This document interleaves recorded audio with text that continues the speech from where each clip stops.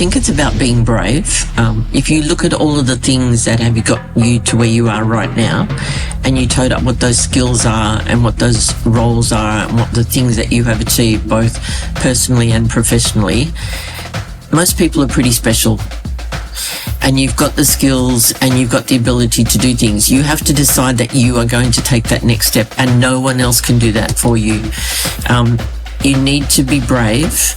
And if you step forward and you don't like what it is, well, next time maybe you step sideways, or maybe you step, in a different direction. But it's not, you can't sit there and wait. The world doesn't know you are living. I've always believed that leadership isn't about titles, it's about purpose, perseverance and partnerships. Purpose gives me direction, perseverance keeps me focused on when things get messy, and partnership, well, that's how you actually make things happen. When you lead with your heart, you stay curious, and anything is possible. I'm Gillett, and welcome to the Power of Women podcast. And what I love about this platform is the opportunity to showcase and celebrate the strength, resilience and achievements of women from all walks of life. And this is where the real stories are told and where we remind you to never assume. We talk resilience, reinvention and breakthroughs, the moments that don't often make the headlines, but absolutely should. So join the conversation wherever you listen to your favourite podcasts and be part of the Power of Women community. So let me ask you, do you ever feel invisible? Is purpose a question that you're grappling with? And do you believe ageism, subtle or not, is still shaping how women are seen, valued and heard in the workplace? Because today's guest has lived those questions and answered them boldly. Mantell isn't your typical CEO. She's the pink-haired powerhouse behind Australia's biggest healthcare milestones.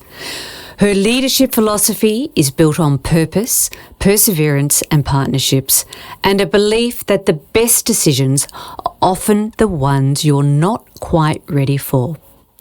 From ICU nurse in Wagga Wagga to the boardrooms of billion-dollar infrastructure, and that's billion with a B, Di's story is proof that courage compounds and that visibility doesn't fade with age. In fact, it deepens with purpose. So joining me to challenge a few societal views and share her story, Di Mantell, welcome to the Power of Women podcast.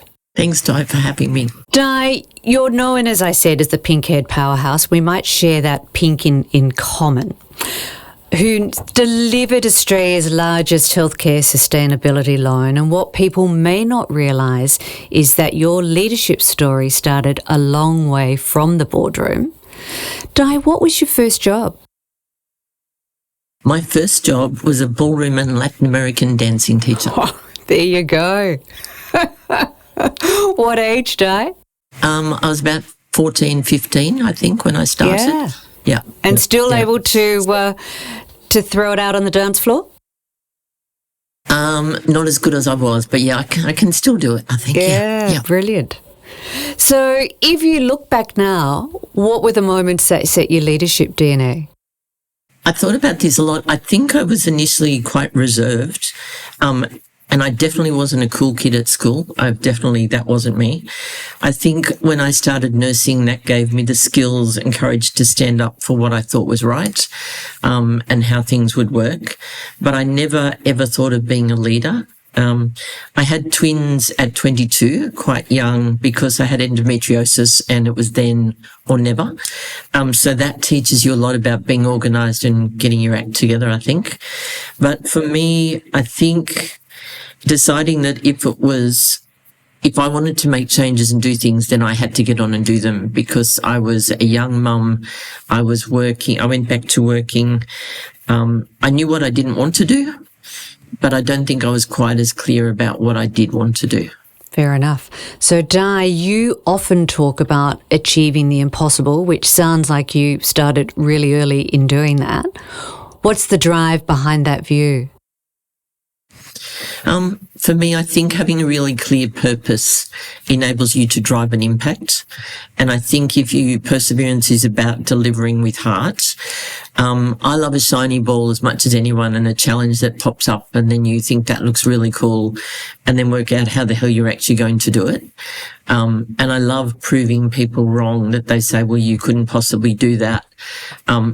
I know when I worked on the Fiona Stanley Hospital in Perth, we put out a services contract for 25 services to support the new Fiona Stanley Hospital, and everyone went, you will never get someone that will subcontract that. That's too big.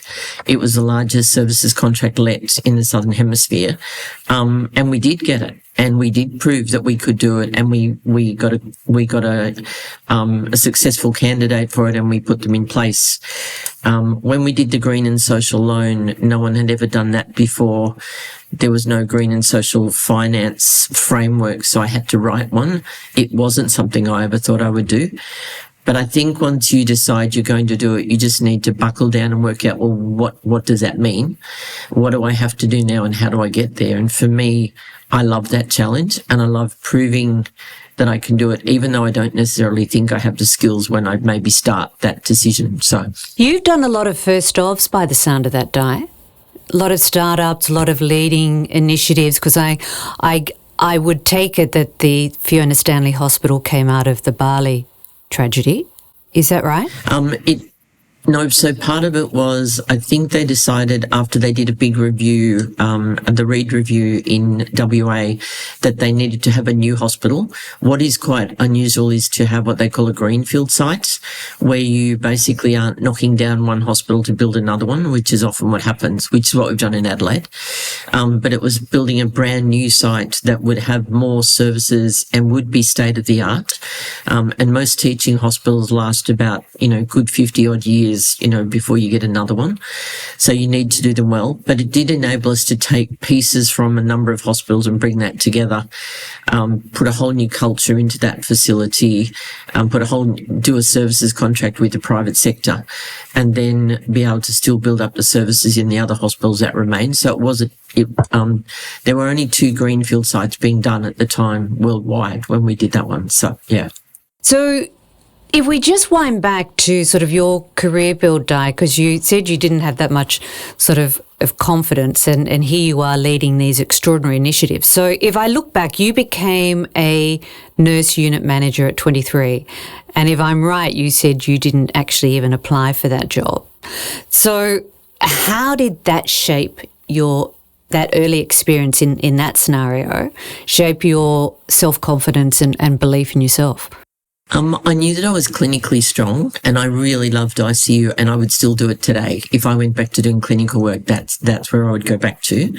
And I really, really loved ICU at the time. In nursing and in clinical work, certainly in nursing, a lot of the time you are promoted because you're very good and strong clinically. You're not good because you're necessarily a manager, but you get promoted to a management role. So you're right, I didn't apply. Other people in the unit did apply, and I was asked to take on the role. And after I'd said no 3 times and then said I would do it for 6 weeks. Why did you say no, Di? What was holding you back at that point? I think it was more that I knew other people had applied for it who had been there for longer than me. And I thought, that's fine, that works for them. I had young children, so shift work sort of worked for me. But I hadn't thought that I had those skills that I thought you needed to be a nurse unit manager. So you were doubting yourself more so than thinking you had time to do it? Yeah, it was a combination, because most nurse unit managers at that time were like 55, 60. They'd been there forever. They were a very different sort of design focused than what I thought I was. And so for me, it was like, no, well, I'm happy for them to do it. I hadn't really thought I would ever want to do that. I was very clear on things that I didn't want to do. I wasn't probably as clear on what I wanted to do. But for me, when I took on the role, for my 6 weeks, I decided that I would definitely wanted to be exceptional in doing it. So what I wanted to go and do was to go and get the skills to do it. So I put myself through a Bachelor of Health Science Management, which was an external studies program that ran over 6 years, which... on top of twins, on top of the extra responsibility. Yeah. Yep. Yeah. I was insane, absolutely insane. And going to Bathurst twice a year for residential school. So, but I was determined that if I was going to do it, I would have the qualifications. So there was no disputing that I was actually qualified to do the role. So I'm glad I took it. It was an amazing opportunity. It was a very cool job to do. And I didn't want to fail. Once I decided I was doing it, failing was non-negotiable. So I just had to move forward and make it work. How'd you juggle everything? What was the stress level like? I never studied before 9:30 at night when I put the children to bed. And I worked my day shift and whatnot, but whenever we were busy on a long weekend or weekend at work, I would still go and cover. So yeah, it was a pretty crazy period of time. So I'm not even going to ask you to tally up the hours. There's no point. So it was a lot. No. Yeah. Yep. So you've said growth happens when you take a leap, and that was absolutely a leap.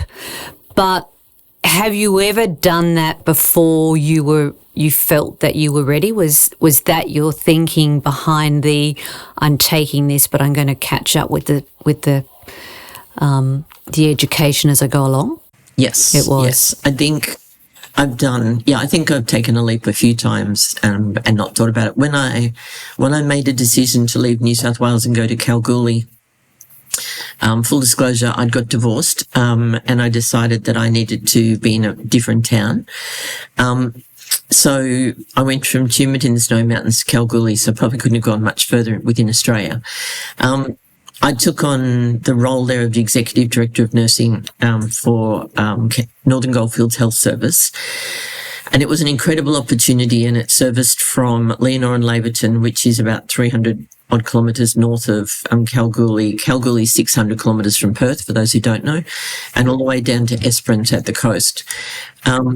I didn't know anyone there. I didn't even go there for the interview. I had the interview done in Perth. Oh, wow. That'd be a shock culturally of arriving there. Yeah. And a number of my friends had said, but what if you don't like it? And I said, well, I'll go and do something else. And the advantage of having a skills base of nursing was you do have opportunities to go and do other things. So that's all fine. But for me, you should never underestimate the skill base that you've actually got. Like if, what got you there will get you to somewhere else. That's a brilliant point of self-belief that a lot of people don't have. So your take on that is if it all goes to mud, there's another opportunity around the corner. Yeah. I mean, so many people don't take a role because they go, but what if I don't like it? Or what if it doesn't work for me? You're not signing up for life. Like if you should give it a red hot crack, and you should definitely do it for a good 12 months or more to see, unless it's really catastrophic. Yeah, great advice. Or toxic, but you should give it a really good run. And if it doesn't work, then go and do something else. It's like, you're not there. It's not like, our folks who used to get a job that would take them all the way through. So take the opportunities that come up and to see what happens. Brilliant. So you've done quite a few pivots along the way, Di, from leadership to big infrastructure roles with these hospital builds. What have those shifts taught you about leadership and risk? When I first started my career, I was deciding between whether I was going to be a nurse or I was going to be a home economics teacher, which I just shudder at now. And I came from a family of nurses, so it was probably fairly destined that I was going to be a nurse. As I said before, I knew what I didn't want to do. I didn't want to do midwifery, and I didn't want to be a matron, which shows how long ago I trained.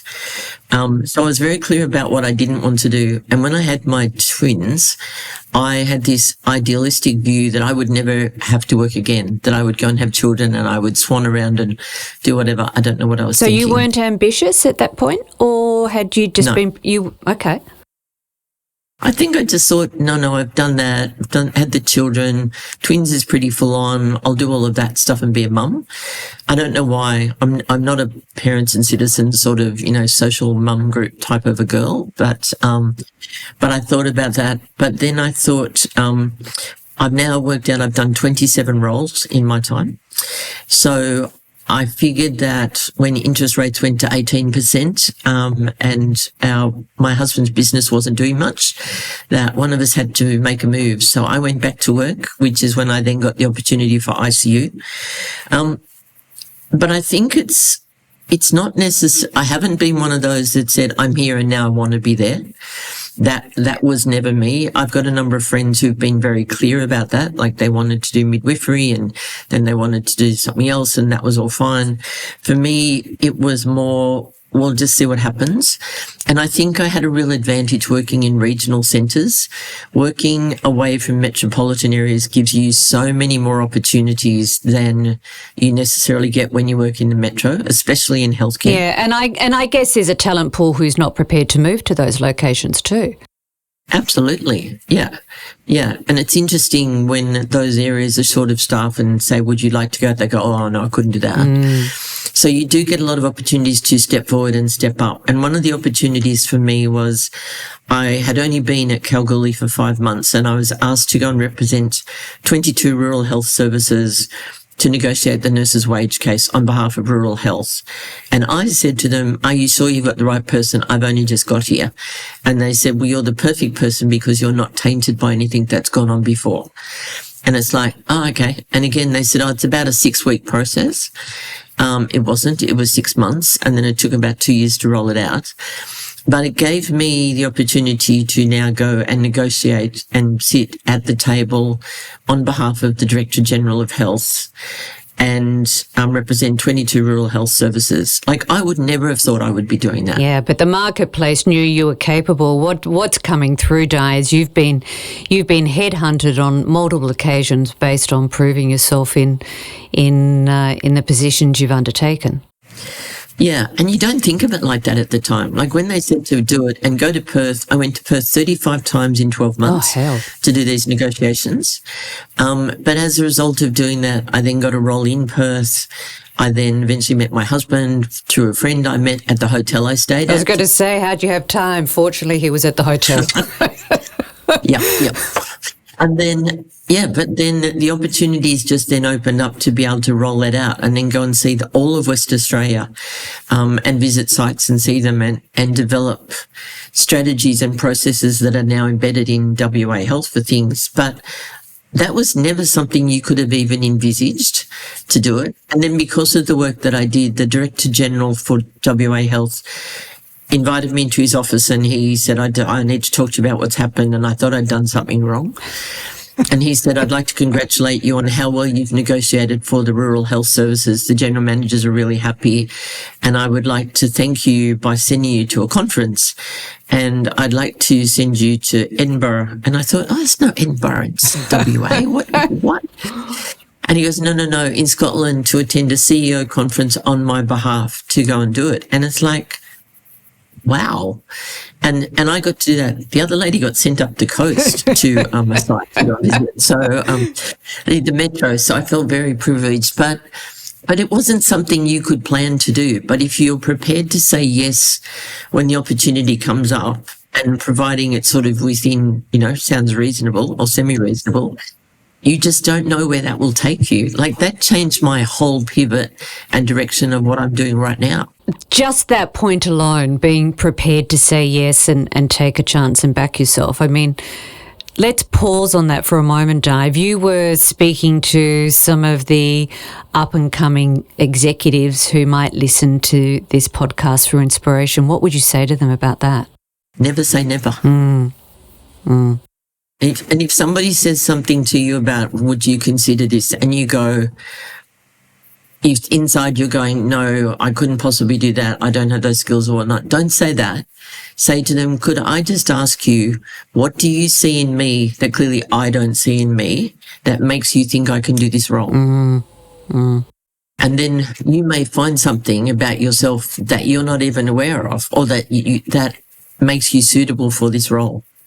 And if I listen to what you're saying and put my executive search hat on, I mean, you're not out there overselling yourself. You're simply out there delivering and your performance is being recognised. But you are still probably one of the most humble people sitting on the other side of the interview table, given all the achievements you've had, which is fantastic. Di, you've been the first to achieve global sustainability milestones in the work that you've done. What does it take to keep breaking new ground in sectors that traditionally do resist change? I think it's really important that you have a really clear direction in your head. So you need to know what your purpose is and where you're going. You may not necessarily know how you're going to get there, but you need to have that clarity around where you're going. Because if you're leading a team in this process, then you need to be able to articulate to them what it is you're doing so that they can go with you. Because otherwise they're sitting there going, well, I don't know. I don't know what you're trying to say or what you're trying to do. So I think it's important that you can articulate that. You shouldn't ask anyone to do anything that you won't do yourself. And for me, that's always been really important. I'm happy to sit down and write frameworks and do structures and get it all set up and then talk to people about how we do it. But I will never get someone to do something that I haven't done. When we did the Green and Social Finance Framework at the time, there's this group called the Asia Pacific Loan Managers Association. Very exciting group of people who write these green and social loan principles. And when they had written them, the green ones came out in April 21 and the social principles came out in May. And one of my board directors asked if we could do this particular loan. So we were using a commercial advisor at the time, and it became apparent early that they'd done a bit on green loans, but they hadn't actually done a green and social loan. So I had a choice that we could either keep getting all the information and handing it to them, and then they would put it in a PowerPoint and give it back to me, or I could do it myself. And I don't come from a finance background, clearly. So I decided that it was silly me briefing them to give me something back that I'd already written. So I sat down and wrote a green and social finance framework on the floor of my apartment over 2 nights, and then gave it to the board and gave it to our commercial advisors and said, this is what I think we need to do. And then we got it assessed. So you have to actually get an assurance piece done by an independent assurance group, which we did. And they made some minor changes to it. And then we adopted it. And then you put it out to the market. And this was mid-COVID, so going to the market to do a refinance to start with in COVID was insane. But we went to the market not knowing whether we would get the acceptance of what we were putting out there, and we were doubly subscribed. So we had over $4 billion on the table, and that's been publicly noted, so it's not a secret. That's a pretty cool position to be in when you need 2.2 to be able to say, all right, we do have it, and the Green and Social Finance Framework is what drew people in because it was new and it was different, and we committed that we would meet certain criteria to meet the loan. But if somebody had asked me that 6 months before that, I would have never thought I could do that. Like, just never. However, this thread of stepping up and doing something that you hadn't done before and stepping out of your comfort zone plays all the way through your career. Yeah, it's a level of craziness, I think, that has been consistently low. I'll call it a level of confidence, Ty, but maybe crazy given the scope and the amount that you've taken on. So yeah. I am talking with Di Mantell, leadership powerhouse in the healthcare sector. And stay with us, because coming up, we're going to talk about visibility, aging, and owning your next chapter. If you're loving the Power of Women podcast, be sure to jump on to our YouTube channel and hit that subscribe button to ensure you never miss an episode. So, Di, you've said leadership's got no expiry date, but you and I both know that society is telling women, particularly us women over 50, that visibility kind of begins to fade with age, albeit I'm not sure that necessarily applies to you and I when you take a look at us. But that being said, have you ever felt that pressure personally? Yeah, I was actually told I was too young for one of my early roles, and they said, no, you're not experienced enough to go and do that. So from very early on, I'd had that. So I haven't been told that I'm too old for doing the things, but I'm very well aware that women don't talk about their age. So I don't personally go, so I'm 60 plus GST, and I'm very happy and proud of that. You and I both. But we don't tend to talk about that a lot. But if you ask a man, you never ever hear anyone when a man is applying for something about what their age. It just is never ever in the conversation. And I think that's okay, but I don't know why women obsess about it. And I know that at times we are judged much more harshly in lots of professions for that. And I just think it has no role. For me, you are either good enough to do the role or you are not. That's it. I don't care whether you're black, blue, green, what your religious status is, sexual favours, whatever. I don't care about any of that. I only care that you're good enough to do the role. The technical skills and the cultural fit are what works for me when I'm looking for someone for a role. How much of that of the female doubt and questioning the age bit do you think we put upon ourselves versus society? A lot. I think, if you put 2 or 3 males up against 2 or 3 females in any picture and whatnot, you will see who's, worked really hard to be where they are and what they look like. But I think we are very quick to denigrate what we've done or say that, we're not good enough or play down. And, there's that story that's gone around for a long time about, if you look at a job description, women see all the things they haven't done and men find 2 things and know they can apply for the role. I mean, it's been going around a long time, but it's absolutely true. Yeah, and that victim mentality is definitely alive and well. I did a webinar earlier this year for a group that was about 350 people, of which about 80% were female. And the number of people who commented on there about, oh my gosh, thank you so much for giving me things to talk about and be confident in what I'm doing. I've never felt like that before. I always felt that I wasn't good enough. And it's like, why? Why are we so harsh on ourselves about it? Why do you think that is? What do you think it is? Is it conditioning, upbringing? I think part of it's conditioning. I think it's part of the way that people are represented in the media. I think, there's a lot of movies and social media things out there that definitely play to that. And I think while ever we don't say it's not okay, we're adding to that. So for me, I've never thought it like that. I'm clearly not a conforming person necessarily, but I don't consider that I'm actually a rogue or really radical. It's just I don't accept that that's how you have to be. So, and it is a choice, but there are a lot of people who definitely have a victim mentality and want someone else to keep telling them they're okay. That's not someone else's job. You have to sort that out for yourself. You have to decide what your standards are, what matters to you, what your values are, and what you will tolerate. And if you want to sit there and be sad in the corner and think the world owes you a living, then that's entirely up to you.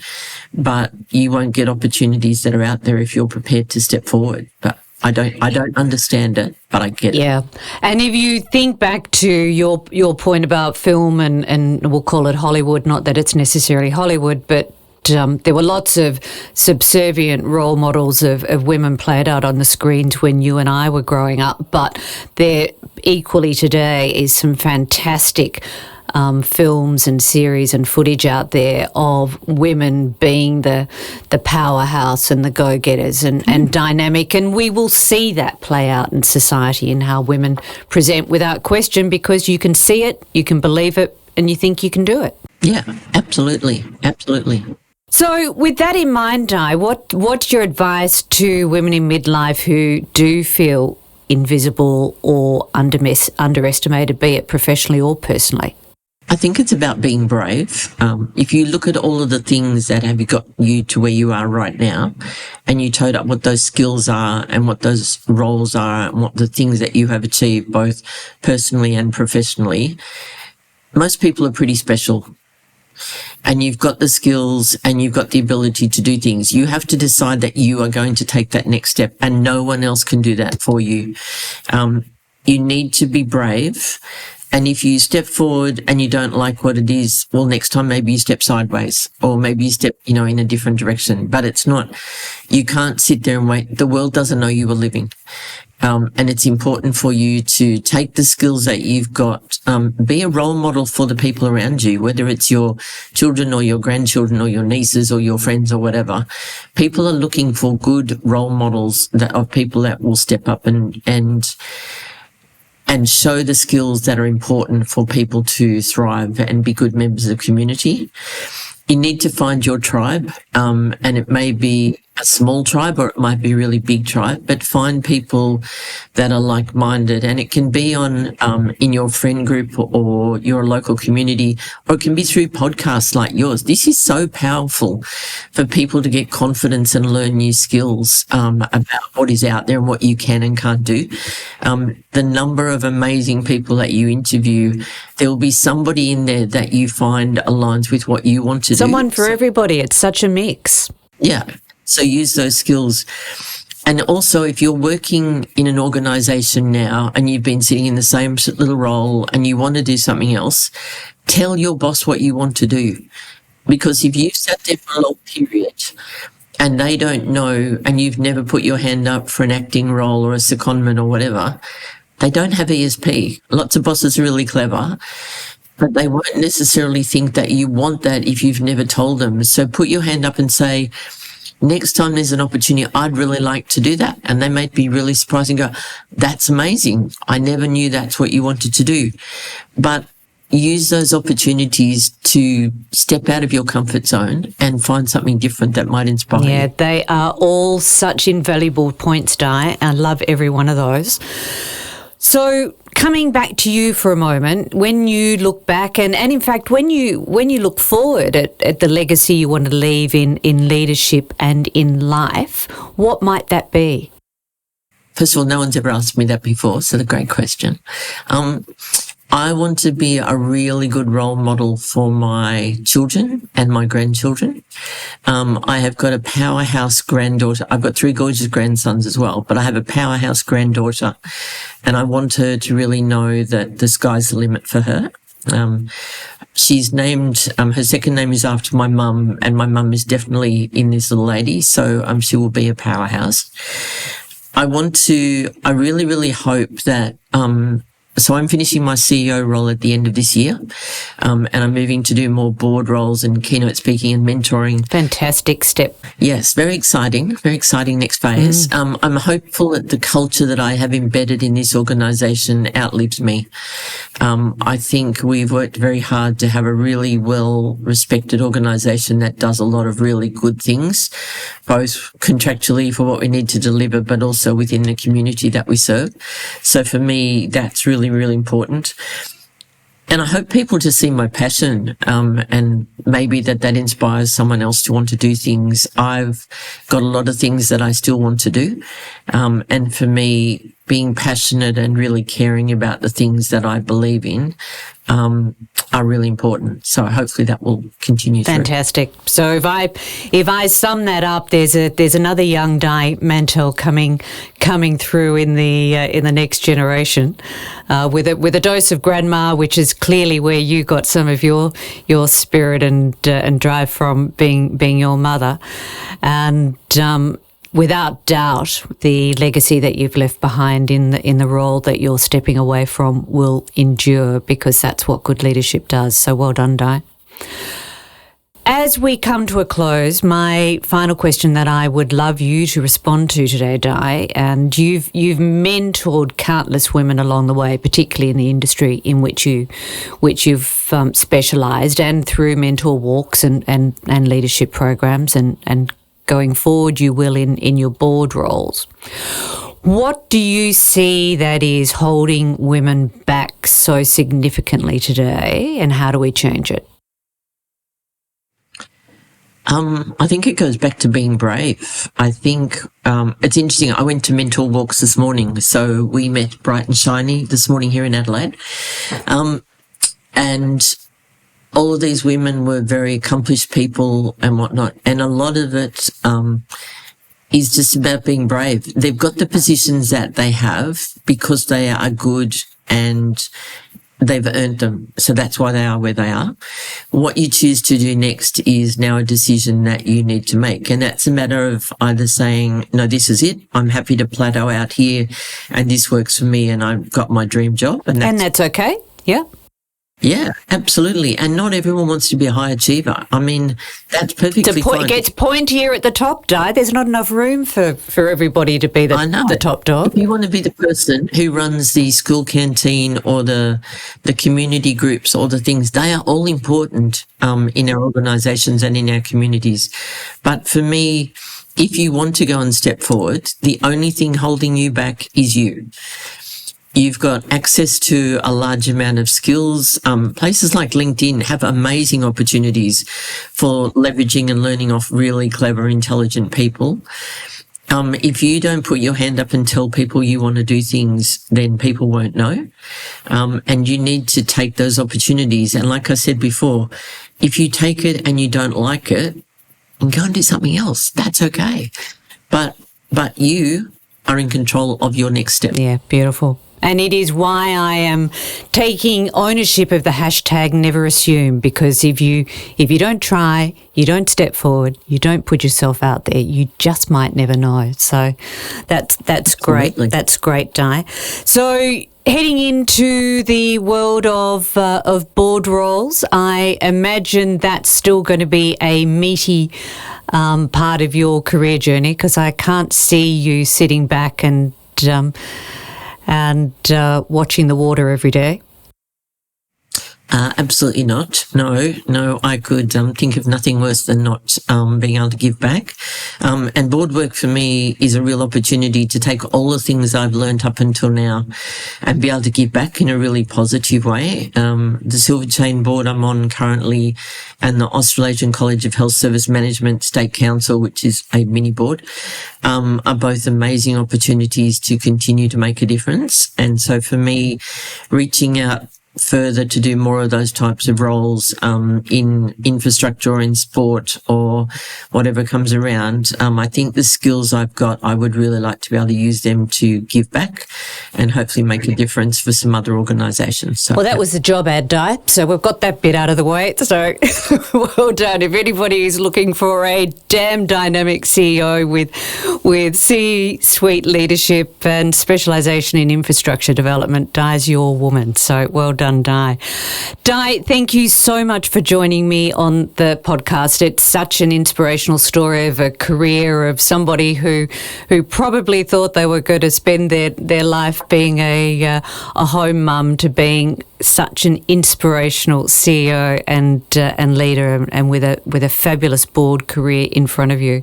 And I know Di is active on LinkedIn, so if you're looking to get in touch with Di or have got a board opportunity that you'd like to talk to her about, I know that you'll be able to find Di there. And equally, follow me on the socials, and I too spend a fair bit of time on LinkedIn. So if you want to learn about what I'm doing, I am also there, and I publish a weekly newsletter now, Power of Reinvention. Please be sure to follow the podcast and share this episode, because Di's career experience and leadership advice is invaluable. Until next time.